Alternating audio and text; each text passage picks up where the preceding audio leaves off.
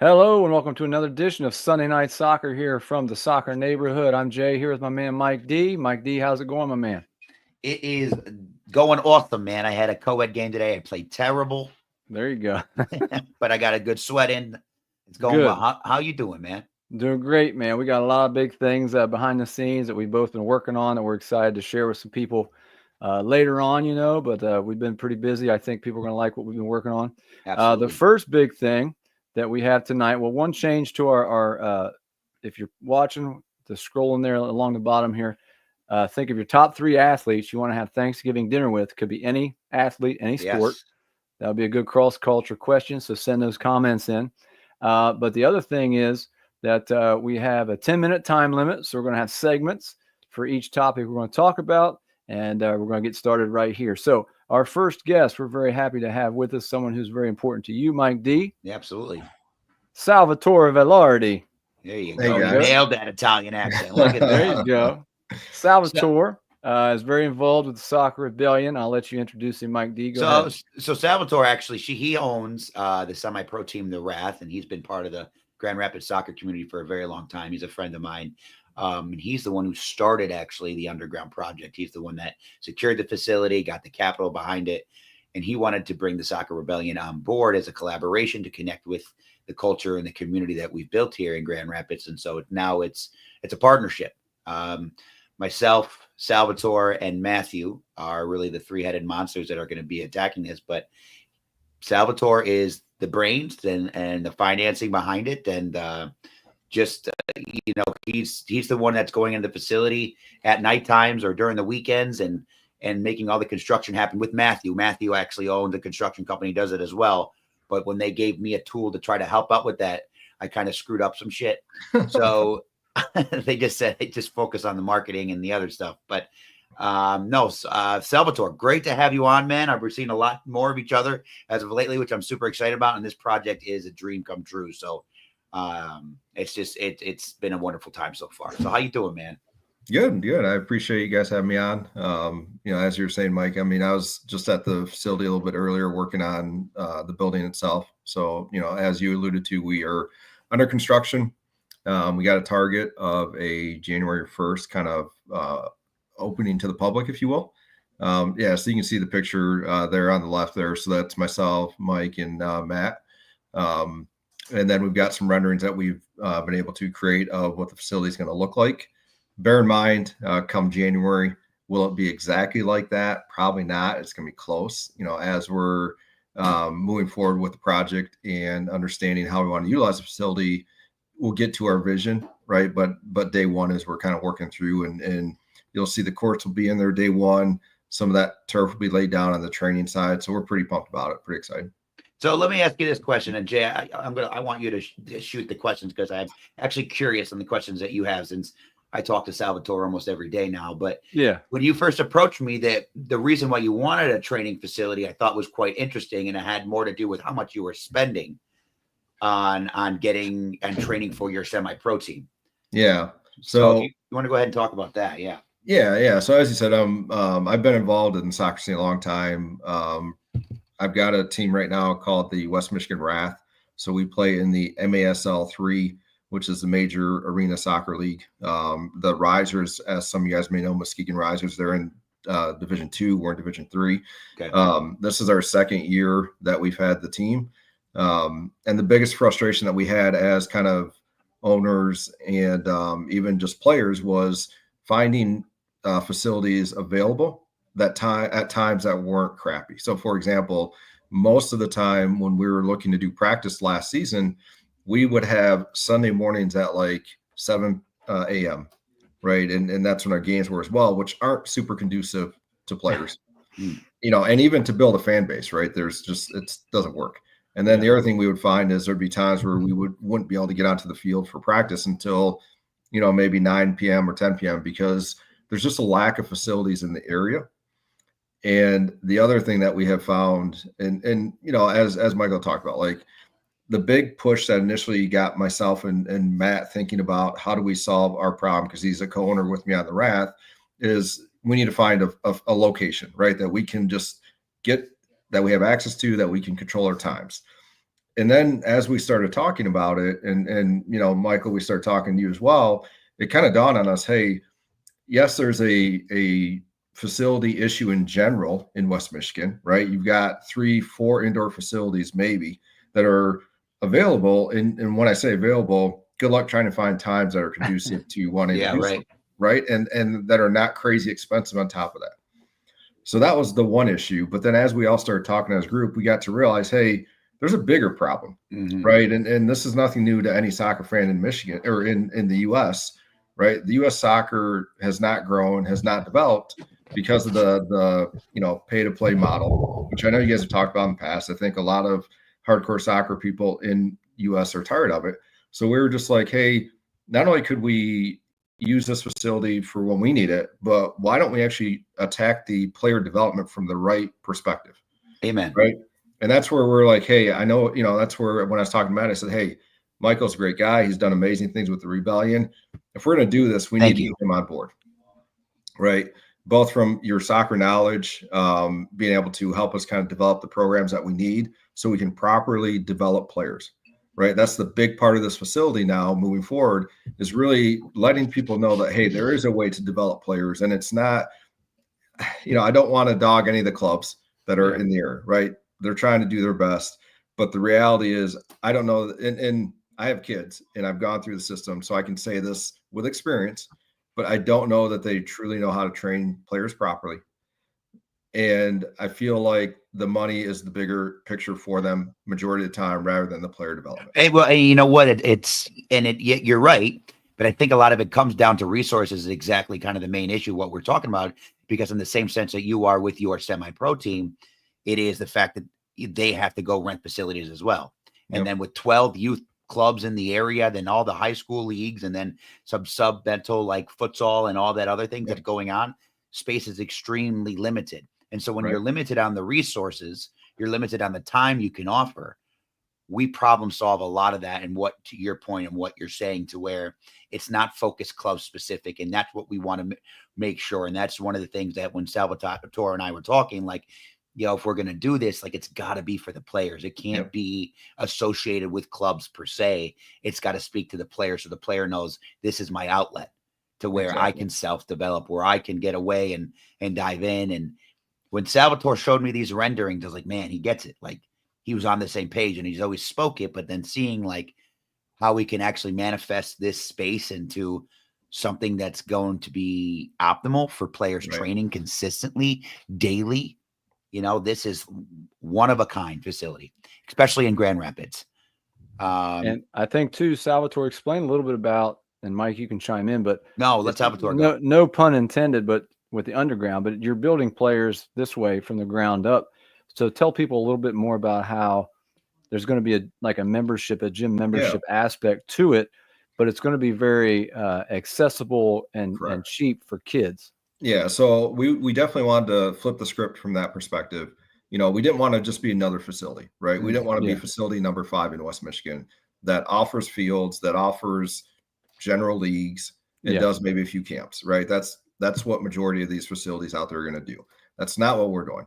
We're after, the fields themselves, to be honest, are not the focal point of the facility.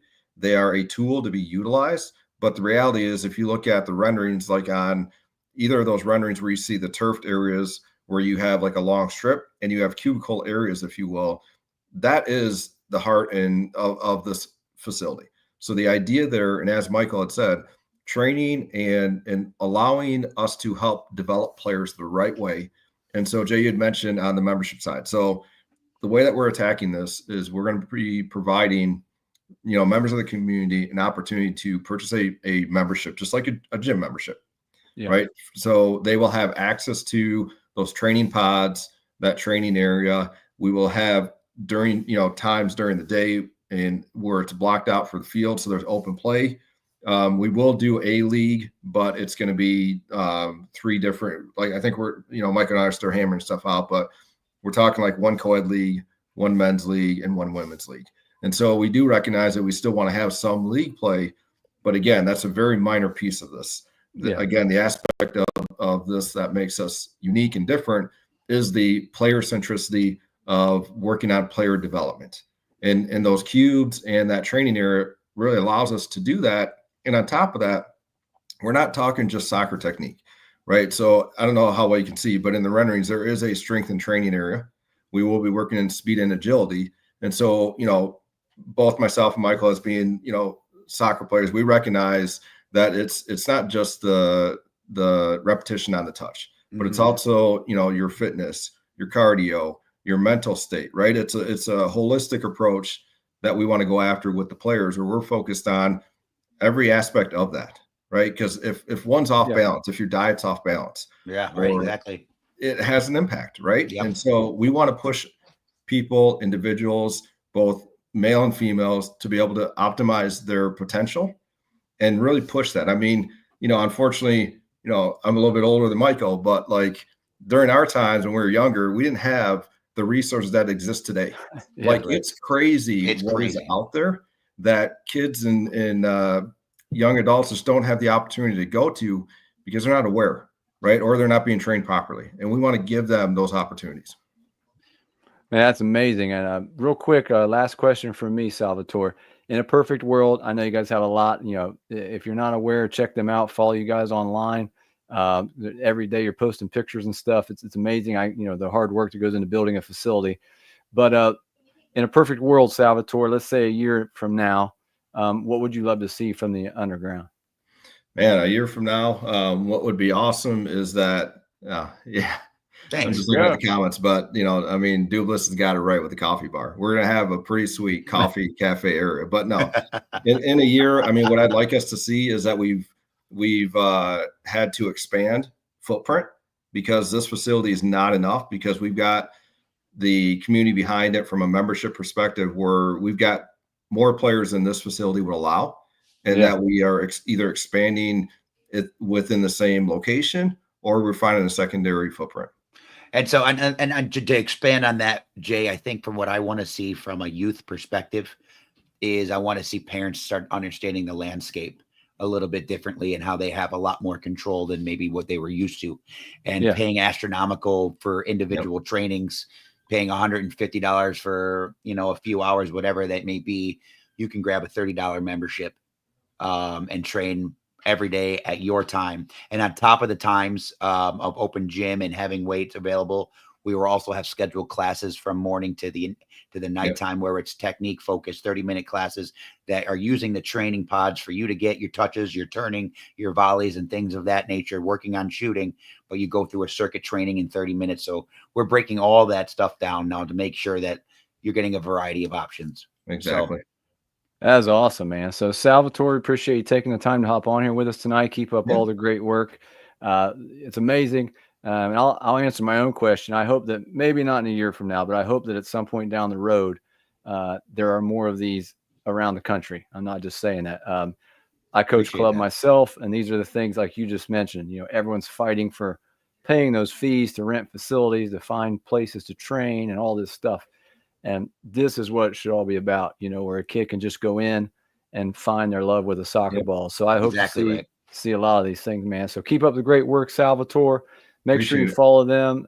Check out the Soccer Rebellion and all the stuff online on social media, and their updates each week. And we'll look forward to that in January. No pressure. Sounds good. Yeah. Coming to Ohio soon, Jay. Hey, let's hope so. Let's hope so. Hey, thanks, Salvatore. Good to see you. Thanks, everybody. See you guys. Absolutely. Thank you.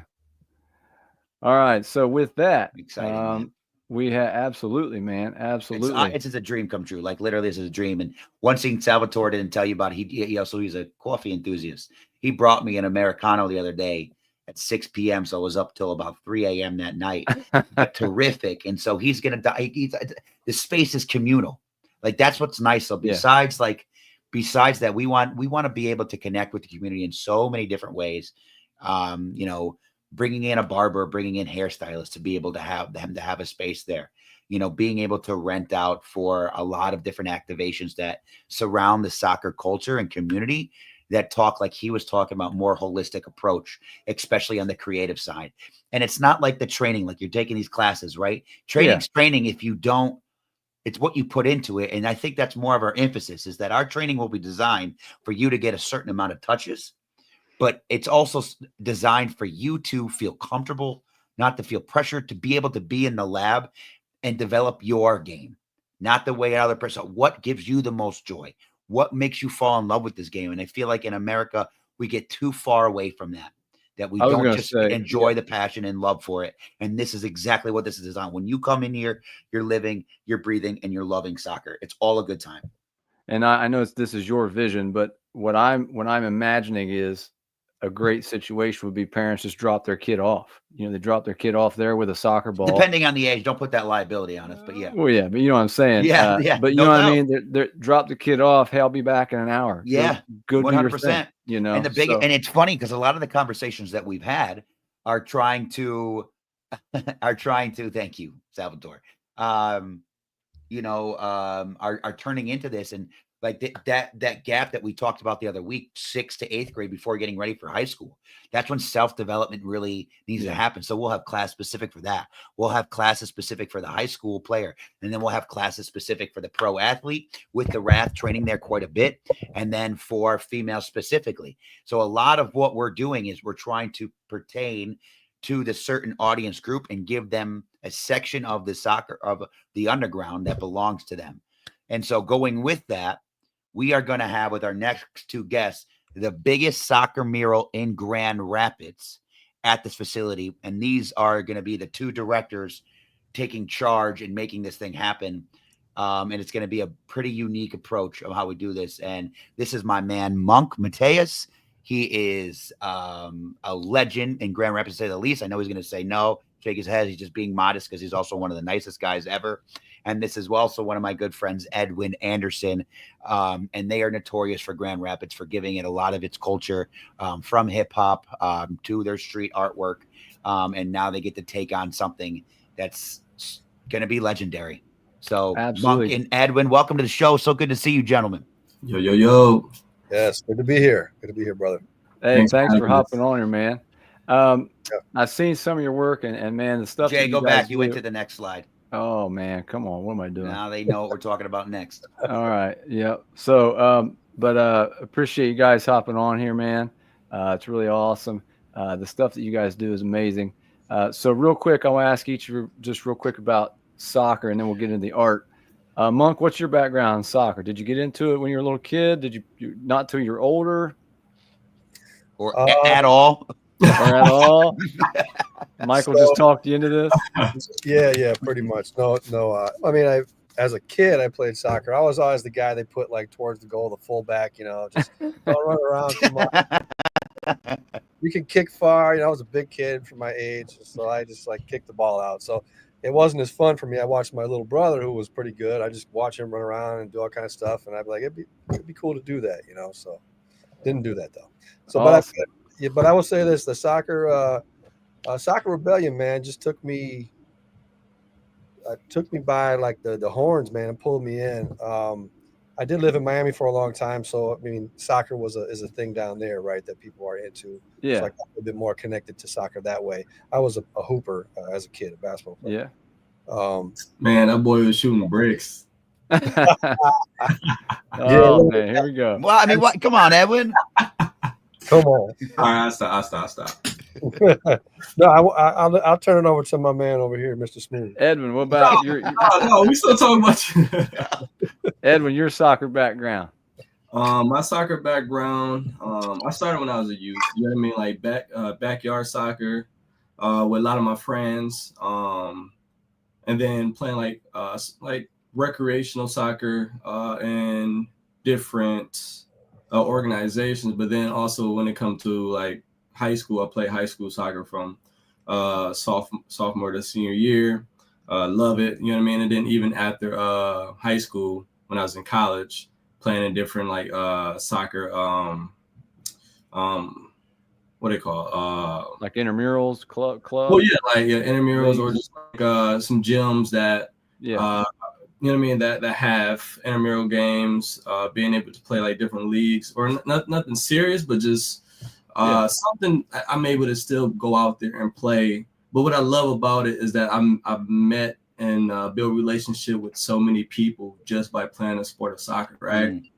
Meeting so many people from all walks of life. Because I stayed out in Kalamazoo, so there's a park out in Western, on Western campus, where like 3 days out of the week, there would probably be like 40 people on the field playing soccer. And it's like 2 full fields too. So I go out there, and literally, like, when you go out there, it's like rotation. So you already know exactly like how the whole flow goes. Mhm. But being able to like go there and meeting so many people from all around, whether it's the state or the nation, because of course in university you got people coming from all over. Yeah. But then also you got people who come to Western internationally as well. And so when you have people who love soccer, this is like their place where they come commune and like build relationship and meet new people and learn about the city from the people who are from here. I don't know. It's like what I'm getting at is like You good, Edwin? it's a beautiful community, and like that's how I built a lot of relationship in Kalamazoo. So you know what's dope with that? Edwin and I, we traveled. So for the takeover tour this year, or the MLS tour that we did when we were traveling to city to city, Edwin was my road partner a lot of the times, and me and him would go to the city. Specifically, DC was one of the more infamous ones we went to, and we were trying to find the pickup culture, exactly how Edwin kind of described how Western Michigan University has it in Kalamazoo, and I know Columbus has it as well. Ohio State. I've been to Ohio. They have they have the same thing on Ohio State's campus, and it's cool. But we were looking for this, and the way that we found it was accidentally, is we went into the city of DC and we saw pickup basketball going on, and that scene was like reminded us of Rucker Park. Edwin's a good hooper. That day, talk about bricks, Monk. He was like 0 for 5. We had some dude that was chucking up from half court making it, but it doesn't matter. The people were trying to hustle us. I know that money was next on the line, and we bowed out before that happened. But we walked away after we got humbled playing basketball for a minute, and all of a sudden we head down some stairs, and right in the middle of DC, there's hundreds of people around a soccer field, like right in the middle. Literally. And it was crazy. We were like, what the hell just happened? And Edwin being Edwin's one of the most genuine, nicest people in the world, like can make friends with anybody. Just goes down there and all of a sudden starts dabbing up and start talking to people. And all of a sudden we have a guy that ends up coming to the tournament, but we find out all about the program and them playing there, that comes to our tournament, ends up having dinner with us, ends up becoming a friend of ours. But regardless, soccer is a community that's different because of that. And I think there's just an understanding of what community means, especially when they pick up culture. So that's awesome, man. Yeah. That's awesome. That's what. And I'll say this, and then it's and throwing it back to Monk before we get asked some more questions. So Monk is an MC as well and a DJ. And so I don't know how to speak for all his prerequisites and his accolades and everything, but he's a producer, he's a rapper, or do I say rapper or no? Can I say that? That's fine. Okay. He raps. He's also mad chill, so whatever. Yeah, that's fine. I got a Grammy. It's fine. No big deal. But he's definitely like, you can see his mind working. So he's the one who was the brains behind the Culture Kick, which we did with Art Prize, which it speaks for the world's culture. So you get a taste, you get a sound, you get a flavor from each kind of culture representative from around the world at the Culture Kick that Monk had a lot to do with. And it's because he understands, I feel like, culture and understand what it means to bring community together more than most people I've ever met. And anytime that he is throwing something, you're shaking hands with a lot of people from different walks of life, and he's making that thing happen. And being from someone from New York, he's brought so much to my attention in Grand Rapids and showing me the diversity and the community that we actually do have. Including his barbecues. And I'll see if I can get anyone on the list, because you have to go to one of his barbecues, because one of these pictures I feel like is probably his backyard, because on his backyard, he's tagging it and they're doing graffiti art at his barbecues. And it's just a whole bunch of people mixing. So, Monk, when did you get into art first, Monk? Like, when did you get into it and really think like, man, I'm pretty decent at this? Well, as a kid, I used to draw a lot, but I didn't have a support system around me. And I love my parents. I mean, don't get it twisted. I'm not saying nothing wrong with my parents, but like I didn't have a support system of art-loving people who thought that art was a viable way to go. So I kind of got discouraged as a kid, man. Didn't really pursue it, and moved to Miami got really deep into the hip hop community right away. This is like 2002. And man, if you're in Miami, all you're seeing is amazing art everywhere. Yeah. Every day, you know.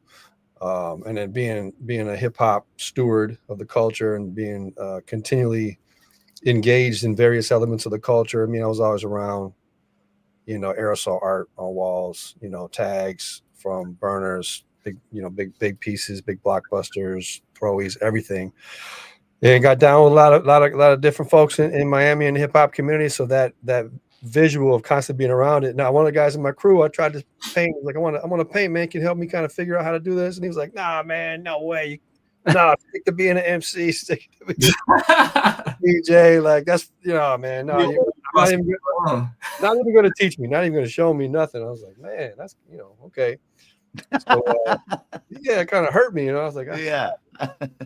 But no, I came back to Grand Rapids in 2013 and just started painting on my dad's garage. To be honest, man, that was horrible. I sucked, but just kept doing it as much as I possibly could. But yeah, you know, now doing murals and huge murals, you know, inside and outside of Grand Rapids, and just doing tons of pieces all the time. So very cool, man. Edwin, man. What about you, man?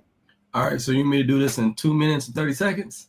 Well, hey, by the way, I'm about to say that. The Jay, clock's a suggestion. Screw the shot clock. No, we're not. You guys are going to go farther. Edwin and Monk, hold on. There's one reason we have this clock, and it's that guy right there. It's that guy. Well, it's about to be for me and him, because exactly. We talked the whole way to DC, to Charlotte. All the way. The whole way. So go ahead, Edwin. How'd you get into art and all that stuff too? That vibe. So growing up as a kid, I've always been pretty creative. Always been creative, and art class has always been one of those lectures that I've always thrived in, type of thing. You know, like when you just learning all the different mediums and stuff like that, color pencils, oil pastels, all this stuff, but just like getting creative with it. And it was a point where, like, I mean, I used to have like many kids in my class always coming to me for like help type of stuff. Yeah. And I, you know what I mean? I loved it, right? Because I was like, oh man, like they love me. They love me now. Yeah. Right. But as I've grown and gotten older, I just kept trying to make sure that I kept the creative fire lit, right? Because one of my inspirations is my mom. She's an artist. She, you know what I mean, me as a kid, seeing her draw my baby sister, like literally like did a portrait of her. Yeah. And when I saw that, and it was like a spitting image, and I was like, that is beautiful. You know what I mean? Like, yeah. And seeing stuff like that, like just really inspired me. So as I've gotten older, high school, and around high school, you know what I mean, when you try to figure out like life and moving forward, and like trying to figure out like, all right, well, how can I make money with art or being creative? At that time, you know what I mean, all you heard about was like a starving artist mindset. You know what I mean? Like those words been thrown out there. So it's like, man, well, I don't want to be that, but I definitely want to be something that can, someone that can turn his talents into something that he loved doing as work. But when I first went to college, I went for graphic communication, getting my graphic design degree, so associates in that, but learning from multimedia, so videography, taking like photography, videography classes, web designing, concept development, you know what I mean? Like learning, of course, Photoshop and stuff like that. All different things, yeah. And building that skill set of being able to have like multiple skill sets, right? Multiple arsenals, so that like when there's some type of work that needs to be done, oh, I can do this, I can do that type of stuff. After that, graduated, went to Aquinas and do a major so I can have my visual arts with business, so I can understand how the business world work, the business language, thing. You know what I mean? So you're not a starving artist. Nah. But you know what I mean? Still growing, still learning. I do believe that it is very important to be a part of a community, right? Having a community of people. So like being part of the artist community here. we build together, we learn together, we support all of us, right? Making sure that like we're all fed, because we want to make sure that the narrative for how we speak about artists in the city, locally, statewide, internationally, whatever it may be, that that they are valued for the work that they create, that they do. You know what I mean? Like we see how art have transformed many parts of the world, from walls to spaces, the canvases to venues, right? It's very important. It tells stories. It builds so much, and it's definitely something that, you know what I mean, like we want to make sure we're nurturing and keep passing along to the next generation, so we can have more innovative people. And it builds a sense of pride, you know, in your community, right? I mean, definitely. And that's the one thing that, I mean, when we travel with the Soccer Rebellion, you see that artwork, and you kind of see the style and that culture come to life a lot through its art when you go to that city. DC is, you know, had its own different vibe to it. You know, a lot of political sayings, and then not so political. But then you go to Charlotte, completely different vibe, different look, a little bit more clean and clean. And then we go to New York, it's way different. It's almost each borough has its own different style and things of that nature. What was interesting to me is Pittsburgh. Pittsburgh actually has a really dope scene for art, and I had no idea.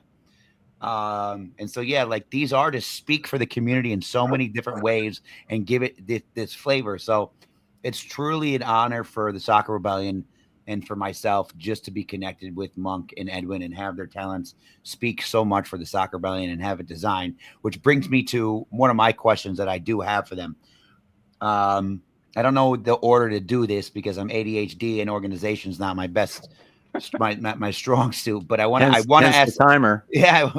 I do want to ask this. I want to ask, if you're a young artist, you know, how do you start? How do you get involved? And is there any one way for you guys to help, especially in the Grand Rapids? And number two, when you guys first came out to the Soccer Rebellion, you saw the Soccer Rebellion, did you instantly see the synergy in what you guys do with street art?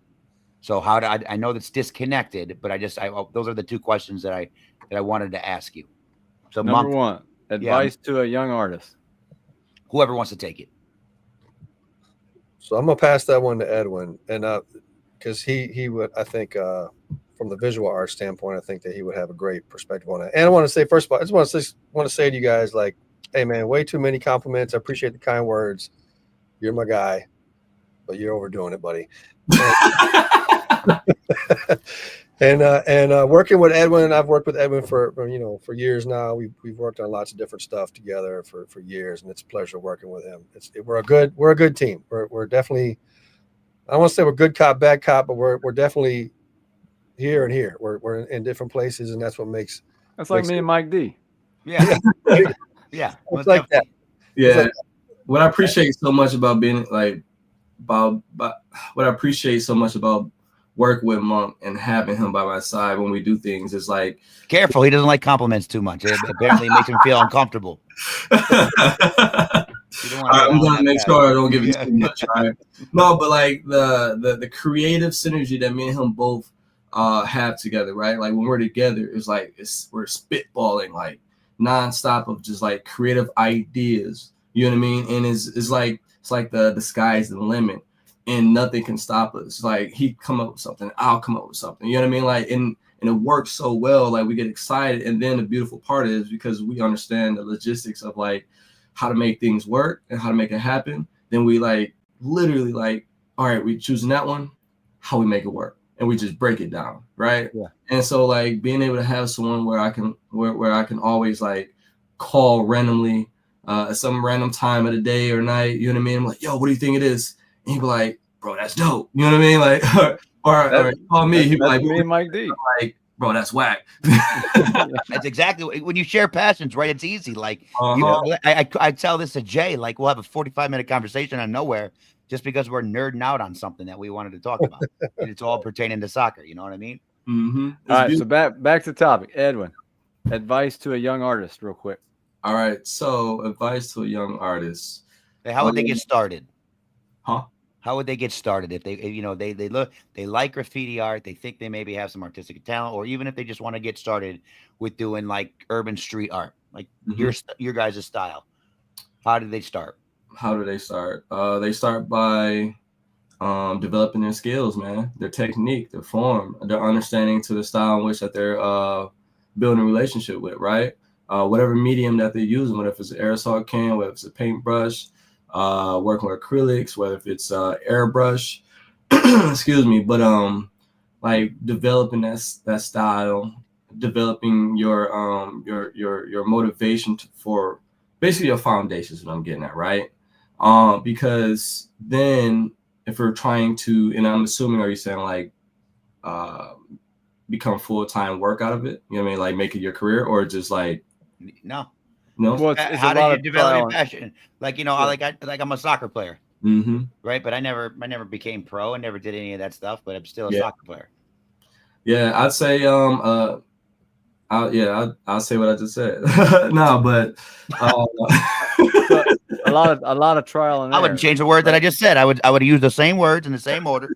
I would have done that. So there's nothing else I'm going to say anymore because I like the way I lined that up. Thank you. But right. I will agree with him on that. I think you hit it, Edwin. If every time talking to a kid, whether it's visual arts, whether it's music, whether it's especially if it's breaking, right? Especially if it's the dance, it's like you have to develop your own style. You don't want to bite. You don't want to be trying to copy other people. You got to have your own style. Yeah. Mm-hmm. Yeah. Take your time. Take your time to understand the fundamentals. You know what I mean? Because that's going to be your ground. That's going to be able to lead you forward and understanding how things work, right? In a creative space, and it's very important. But from there, is like don't be afraid to do the things that come to your mind that you think is going to be fun, dope. Jay, what does this sound like?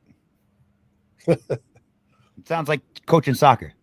Mm-hmm. Oh, yeah. It sounds like technique. It sounds like Same. don't let your creativity go. Yeah, Exactly. you're building. You You're know? building.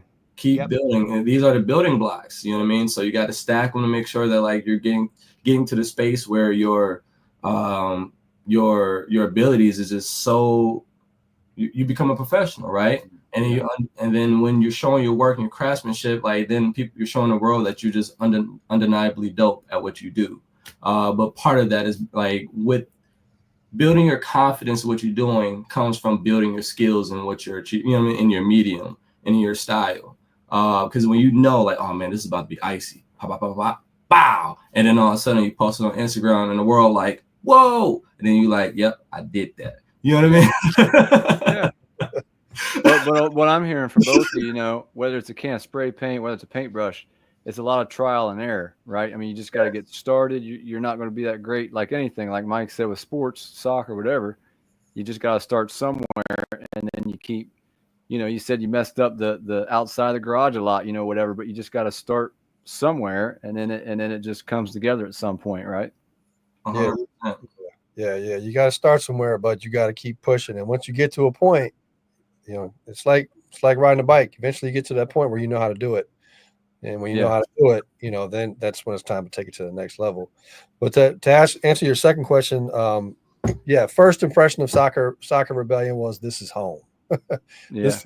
This feels like home right here. The vibe of this place, the vibe of the experience, what's happening, the sounds, the smells, the flavors of the food, everything, it's home. It just feels like a place you want to be. You want to be there. Mm-hmm. And authentically, it feels very authentic. And I think that, just the vibe that I myself try to live and that I'm just associated with, and I can't pull it out of me. It's too deep inside. That's the vibe that I get when I'm at Soccer Rebellion. And I'm happy there's a place that can cater to that vibe. I appreciate It's awesome, man. Well, you guys make sure to check out, we'll put links in here afterwards down below to all of your stuff on social media. Everybody out there, make sure you check them out. You guys, some of the stuff you guys make. Wait, we're not done. I have one. We got a big question. Okay. I got a big question. I'm sorry. I know we're going long, but I got a big question. Okay. So don't worry about the time. So you guys are about to go on an adventure, and you both are going to be responsible for creating the biggest soccer mural in West Michigan, if not Michigan. I can't say that. At the underground. It's going to be more than just soccer. It's going to have hip hop culture involved in it and pop culture involved in it. Creating something like this, and you guys have been connected to the Soccer Rebellion, which is why you've been trusted for this job, because you understand exactly what the community and the culture is, taking on a project of this magnitude that's going to listen. There's street soccer art. I know urban street art is notorious in the soccer world. Like you look at protos in Brazil, France, England. It's starting to come to life. There's some places I think in Dallas and Houston. I think it's primarily more Texas areas, Miami, that has some things, but it's starting to take form. And it's something that America already kind of has within its culture. I think more with hip hop and what, you in an urban setting that you see. Taking on a project like this, when it's this type of iconic, what is your process into making sure that you guys do the service that you think it demands? Or what are your feelings on taking on a project like this? You want me to go, Monk, or you want to go? Because you know what I mean. Yeah, you go right ahead. I got some thoughts, but you go right ahead. Go ahead, Edwin. All right. So for the most part, we want to make sure that like we're representing the culture the best way that we can, right? But also the space in which it's going to be occupying, right? We want to make sure that yes, this is soccer culture, but also this is the underground. So we want to make sure that like the brand of the underground, you know what I mean, the essence of what you feel when you walk into this facility is like it's no other facility that you ever been to type of thing. And so like yes, we're going to be creating some artwork that's going to represent and have some faces or symbolisms of your favorite hip hop artist or your favorite soccer player, right? But we want to make sure that we're tying these elements together that is really going to be complementive to the space, but also like making it dope, making it fun, and then telling a story, because part of this project too is trying to make sure that it's local in a way, right? Having a GR Legends wall in a sense, right? Where we're having some individuals who are well known and established in the area and who is really good at their craft, who comes to these spaces or compete in many places, and people know these individuals, having them highlighted for the year or something like that, or whatever it may look like in regards to the conversation with you, Mike, right? But we like making it really local, really tight niche, but really like make it underground feel to the brand and to the capacity of what the culture is supposed to feel like in that space. Does it make sense? Yeah, well said, man. Yeah, Monk. Yeah, I think I love this project quite a bit. My head's still spinning, thinking of stuff from our conversation that we just had yesterday. So oh, this is extremely fresh, by the way. Right here. Yeah, right here tonight is extremely fresh off some conversations that we had just yesterday. So, but I would say I think the beauty of this to me, the fun of this, the experience, and just like the long term kind of goal, at least in my mind, is like the community part. So introducing different groups of people to not just soccer culture, but everything, the soccer culture, but everything that this place is going to be, which is going to be much more than just soccer culture. It's going to be, this is going to be a factory for creating culture, essentially. We're essentially going to be creating culture. Creation factory. Yeah, I like that. Yeah, culture creating factory. Do you, Michael?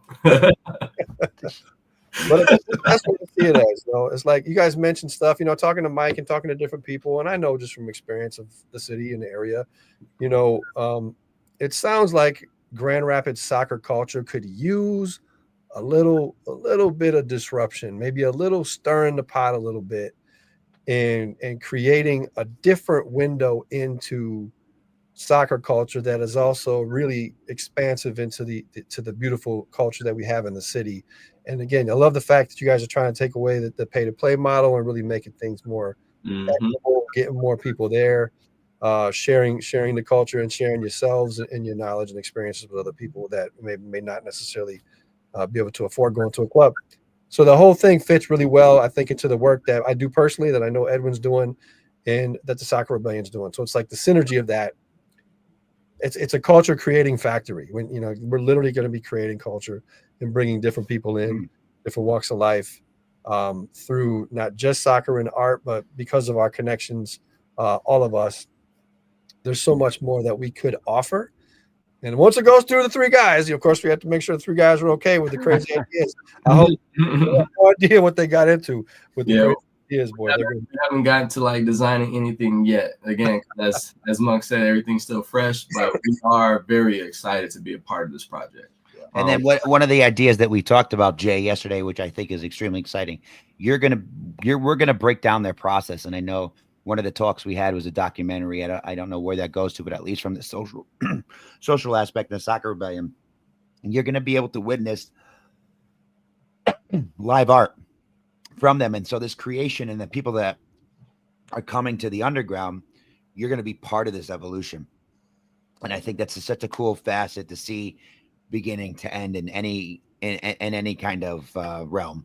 It's just a really cool thing to be able to show. And again, it goes back to the original question. If someone wants to get started, they're going to be able to kind of demonstrate what that process really looks like. And it's much bigger than the soccer culture. It's Grand Rapids community really uniting and having a strong forefront on, like Monk said. Monk just gave us like 9,000 slogans, like a culture factory. Like it's 100%. That's what we're interested in, and that when culture is a promise of, kind of what your community represents, what your values represent, and we're all about bringing people together, equity, inclusion, accessibility, and those big things.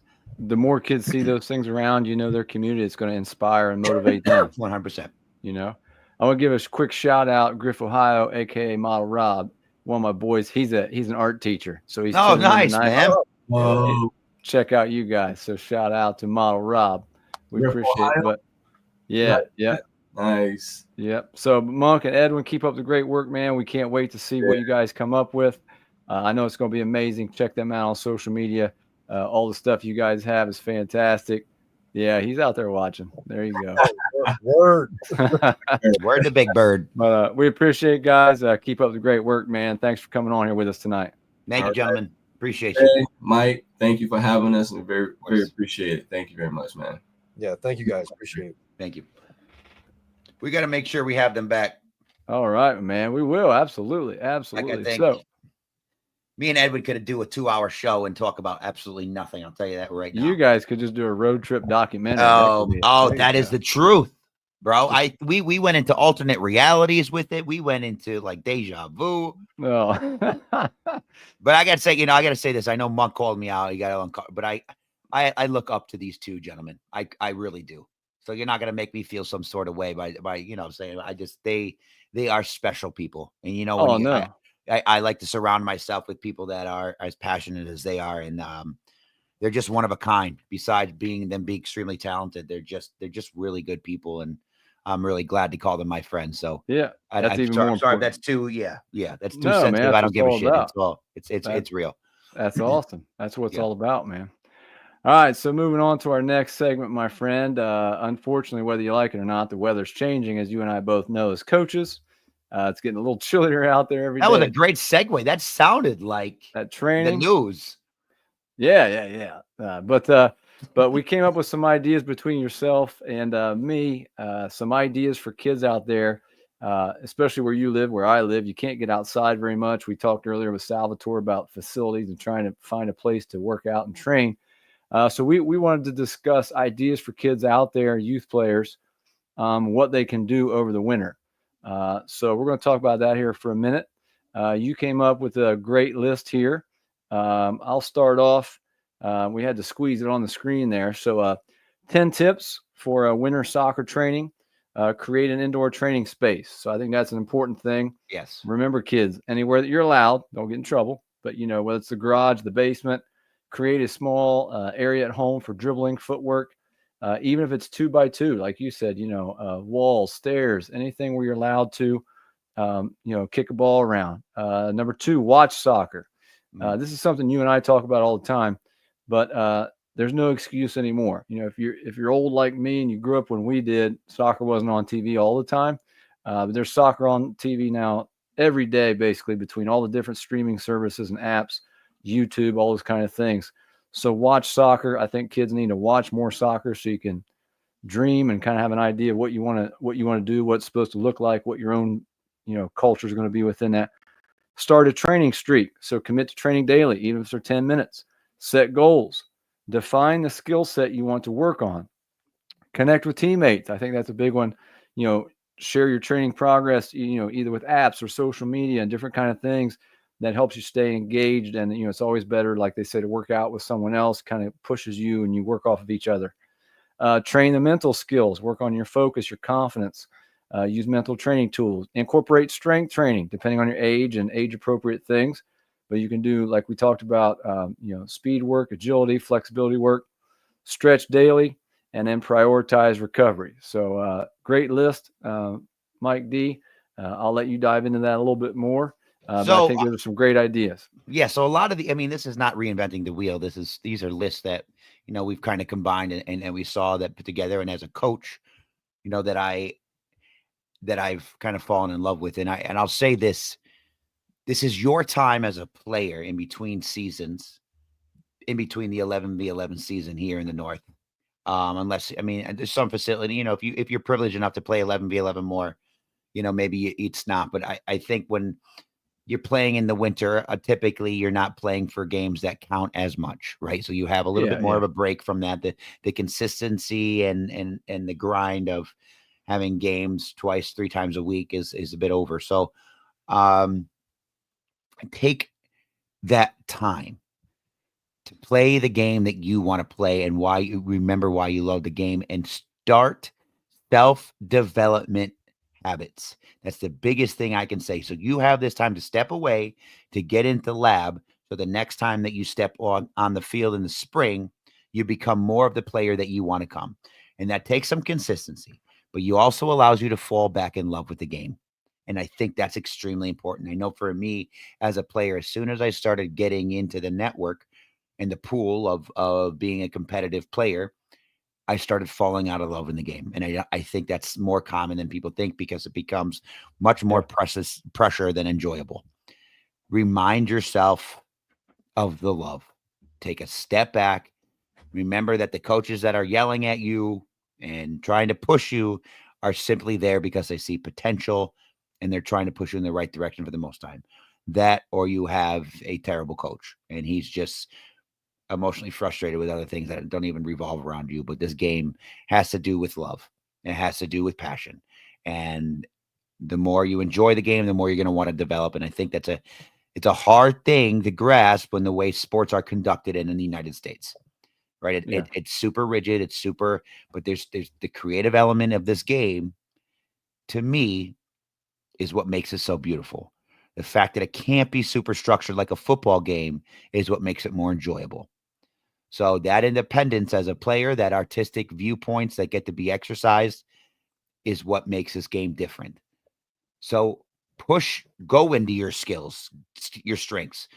Don't always just try to work on your weaknesses and bring those up. I think if you have a skill set, a strength, continue to make that the thing that's unbeatable, right? Maybe that's, bending the ball from 30 yards out. Maybe that's your turn or your first touch on the ball.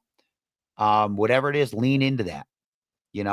I would say also, pertaining to your position, take this time to work on maybe a weakness that's hindering you in your position. Obviously, both feet are something that's extremely important. But what are some things that are hindering you in your position that make you not as fluent as you could be to be as impactful as you want to be? The other thing is, I would say, is don't overdo it, in the sense of don't try to correct everything through the winter. Pick 2 to 3 things that you really want to develop and make it a focal point. I find when I have focal points like that, what you'll see is your ability to move the needle. I don't know what the hell I was just saying. Move the needle. And when you kind of prove that to yourself, it gives you more courage and confidence to have self-development methods in place to make it part of your routine, period, whether it's in the off season or during season. And I think that's what's more important than anything. But you get to design this in a way that's catered to you. So take nuggets from here and here. But I would take time to step away from coaching. And quite honestly, I think that's super important for Yeah. players as it is. You got to take some time for yourself to step away from coaching and for you to see it through your lens, because you're seeing it different no matter who's coaching you than what they understand. They can line up, they'll see it maybe in a more tactical way, but at the end of the day, you're playing in a tactical system that the way the coach wants you to play. And that's it is what it is. So there's some adjustment, and then that adaptability is a skill set as well. So I would say take this time to be you as a player. And if there are certain things that your coach wants to see from you, take that advice. I'm not saying that, but I'm just saying that you take some time to be an individual. I think that's extremely important. And I think we don't do that enough in this country, which is where you see a lack of creativity from our players. Yeah, I agree. And, it goes back to another topic we'll talk about, I'm sure, at some point later on, that this is the part where it needs to be intrinsic motivation. And Yes. Kids of all ages, that's lacking a lot. It's changed a lot over the years. And going along with what you said about coaching and playing on a team, all those things are great. But we live in a society that's results driven, and people worry about the outcome of a game and all those things, like you said, and the pressure. And really, I'm sure I don't want to speak for you, but I can tell you, when I was 5 years old, I just loved running around kicking a ball, Yeah, and that's right. where it all comes from. And you have to continue. I don't care what age you are. You have to continue to not only just keep, sometimes, like you said, restore that love and that passion you have with kicking a ball around. So this is a good time over the winter to do those things and really work on that intrinsic motivation that comes from within you. And it's different for everybody. It's whatever you want to improve on, whatever you want to get better at, whatever works for you, whether it's the morning, the evening, the weekends, whatever the location is, but that's what it all comes down to me, is intrinsic motivation. It's a great list of things here for people to do, and there's tons of things out there now with social media and YouTube, but it has to come from within you, so that's all I had to add on that. No, and we know we skipped over some of this stretching. I can't emphasize that enough. It's a component that's completely overlooked. You prevent it's injury prevention. Yeah. Flexibility helps you with agility, helps you move directions and more fluid on the field. Make sure you're stretching, and make sure you're also prioritizing recovery. And what's funny, so developing technique, right? It's repetition training. A lot of it is just the more you do it, the more the stronger you're going to get with it. That doesn't have to be as boring as it sounds. Like, I know I used to play, and like when I was a kid, I probably had the best training that was away from practice. Was I used to play with one of my best friends, Joey Russo, hot lava. And that means the driveway was hot lava, and we had to chip the ball over, and we only had 2 touches. Yeah. We would play that for hours. Just chipping over one touch. Your one touch was bad. Your chip was bad. The ball would end up someplace else. Yep. And you had to go get it. You had to go get it. And to the point to where we got so intense with it, Joey Russo, I swear to God, did a bicycle kick on the driveway, like landed on the back on it. And rather than him saying he's hurt, he's like, I got it. Yeah, there you go. Shout out to Joey Russo. Shout out to Joey Russo. But anyway. Johnny Russo. Yeah, Joey. No, you had it right. So you find games to make repetition fun. Yeah, that's absolutely. That's what I'll say. So absolutely. So moving on to our next topic. Mike D, what happened to Shinguards? I don't know where the hell they went. Like, they are the smallest things in the world. Like, honestly, I know high school now you have regulation sizes, and my kids fight that tooth and nail. They don't want to wear shin guards at practice. As much as I'll say till I'm blue in the face, wear shin guards because you play with shin guards. You want to train for the game and the way that you're playing. So get used to the uncomfortability like that. Like, you don't want to play with them because they're itchy. They're uncomfortable. I get it. Get the hell out of your comfort zone. Stop it. Like, it's soft. It's a soft mentality that I can't stand. But now shin guards are cardboard cutouts. I know that in the street soccer world, or I know, back in the day, there were players that I would play against that didn't have real shin guards. They'd use cardboard cutouts, and cool. But just it's turned into this crazy fad, they're like, bro, they're crazy. Like, this is like not. Yeah. This is quite honestly close to the size of a shin guard now. And to me, the guy on the screen, I picked Jack Grealish. To me, was one of the first guys I remember at the professional level seeing.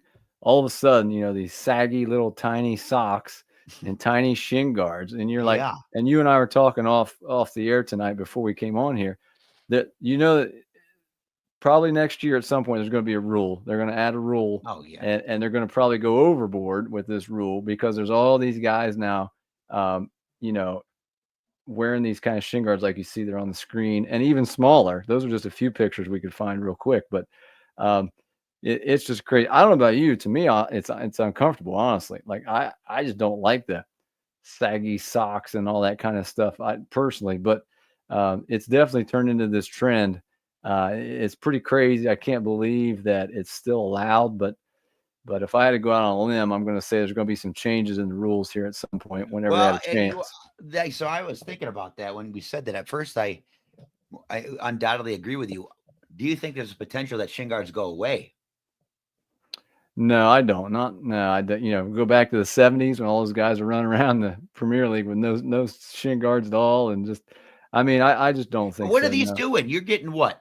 Oh, absolutely nothing. 4 inches of space covered. Yeah. So there's one area of your shin that's protected. Yeah, no, I think they're the going to soccer player. I mean, anyone's soccer player. I don't know if I rub my shins, like it's like the Rocky Mountains, like with the amount of like divots and everything that I have on my shins. But yeah, I don't know. Right now they're not doing anything. So yes, I agree with you. Maybe there's going to be an overreaction where it's beginning to become like a leg pad.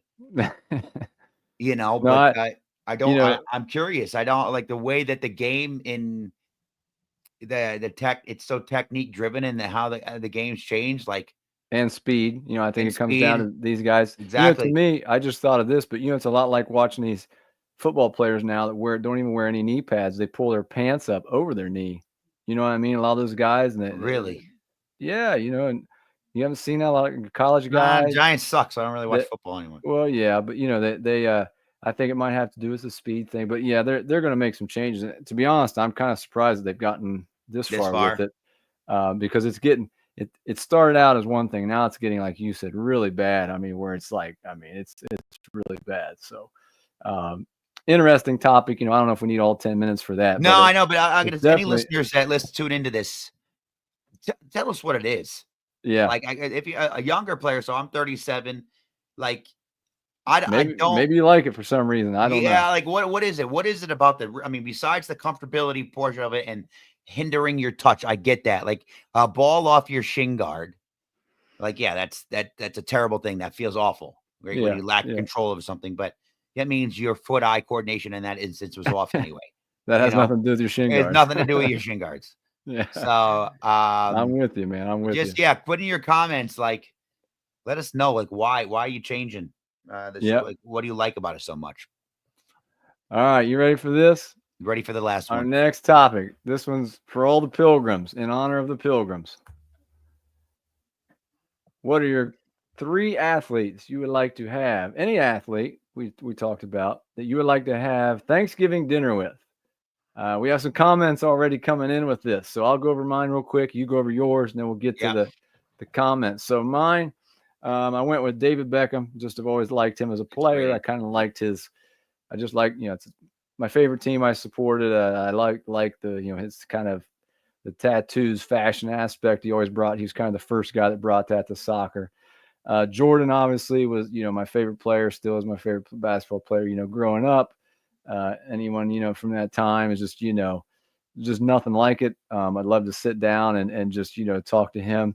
And you still see on YouTube all these years later, there's all these infamous stories, that people tell and other guys in the NBA about him, and not just the trash talk, but just his legendary, the motor he had, the competitive drive that people say is just, not like anyone else they've ever met.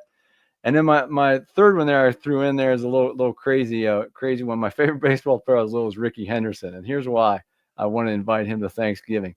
I would love to hear Ricky talk about Ricky. Oh yeah, right. Yeah, doing a little personality. You just sit there. Yeah, Ricky's first Thanksgiving went like this, and he would go through them all. Who wouldn't want to sit around and listen to that? And then Ricky stole a base and he set a record. I'm like, Ricky, you need more turkey? It's funny. I'm picturing in your like how How is David Beckham responding to Ricky Henderson? Well, can you Telling- imagine? Michael Jordan is punching. Michael Jordan Jordan's rolling punching. his eyes, smoking a cigar, making Yeah. bets with everybody. David Beckham's like, oh god, like he's just I Yeah. don't know what the hell he's doing in an English accent, but in his high pitched voice, like And Ricky I just feel wouldn't like stop talking. I think Ricky's not stop talking. All right, so you have an interesting Oh, three. that's so interesting. You have an interesting three yourself, though, man. You threw me for a loop a little bit. So let's yeah, see your so list. all right, so Josh Hart, he's my favorite Nick almost of all time already, just because of his personality, and he's got a big personality. He fits New York so well. He's adapted to the culture, and you know what I think a New Yorker associates with. He's blue collar, hardworking, and he's got a swagger to him. Okay. Christian Pulisic is, in my opinion, the best American soccer player of all time. He's done it in such a small amount of time frame, and he's kind of paved the way for what it means for an American to go through the big leagues over in Europe and overseas. And I just have so many questions on him, even though I think Christian Pulisic. And here's the other part. I want to see more of his personality. Every time I see him, like in the public eye, I feel like he's super reserved because he's got to protect his image. But I want to kind of get underneath that and see who that really is. And Trinity Rodman, besides being on the opposite end of that. Yeah, on the opposite, Trinity Rodman is outspoken. She's great. She's an up-and-coming player. And her dad is Dennis Rodman, one of the most infamous athletes of all time. So you got a 2-for-1, though, on that one. Yeah, exactly right. So maybe the dad can come with that. But I think, here's what the way I put this in. I had a hard time doing this. Because if I were going to pick my favorite players, the list would be completely different. Derek Jeter would be here. Yeah. You know, Lawrence Taylor would be here. Christian Pulisic probably would still be here. But then I look at Pele. But here's the thing. They're all American is one thing that I wanted to have, so they understood Thanksgiving. I would love to see what they bring to the table and what their food choices would be. So I was curious about that. That's where I think the conversation with all three of these people would be. I think the conversations would be vibrant. I don't think the shyest person is Christian Pulisic on this. Yeah, but I would love to see Josh Hart have conversation with Trinity Rodman and Christian Pulisic. That would be, I think, amazing. I think I would just be sitting there eating. I don't know how I would get involved in any of this conversation. Well, I do want to remind you, we defeated Beckham in order to have Thanksgiving. That's a very good point. So, you know, I would remind him about that. So he might be a little sour about it. That's undefeated in Revolutionary Wars. Yeah, right. Go. Yeah. But yeah, that's an awesome list. So we got a couple people coming in here real quick. Here's one to check out. Jalen Brunson, Carl Anthony Towns, your boy Cat, and Malik Neighbors. She's just trying to hook up tonight. That's all that is. She's trying to make out later. Those are Knicks and New York Giants. Right. Now we had a lot of guests tonight. They were great. We couldn't fit in the two Erics. We'll get them back at some point. But we got one Eric right here. George Kittles, Asia Wilson, and Nikolai Jokic. Ooh. There you go. The dad bod god. No doubt. Interesting mix. And a very interesting, I think, again, personality. Except Jokic, I feel like doesn't say anything, just eats everyone's food. He would be sitting there like everyone's dad, you know, right? Yeah. Correcting everybody and stuff. Yeah. Or I just feel like he's so nonchalant. But yeah, awesome, man. So, leave those in the comments. I'm curious to see what people would say. So please, if you tune in later, wherever you are in the world, please just leave some comments. We'd love to see what you guys think. It's fun. Absolutely. So great show tonight, Mike D. Yeah, good job. We appreciate everybody having on. We had on here tonight. Keep up with the Soccer Rebellion online on their social media. A lot of great things that you're doing, and keep up with the progress on the facility. That's amazing, man. So make sure everybody. We're doing, Jay. You're part of the Soccer Rebellion now, man. What we're doing. I joined the rebellion. That's right. He is part of the rebellion. More to come on that. Breaking news. Breaking news. That's right. All right. Until next time, from the soccer neighborhood, make sure you check us out every Sunday night Soccer. Have a good Thanksgiving.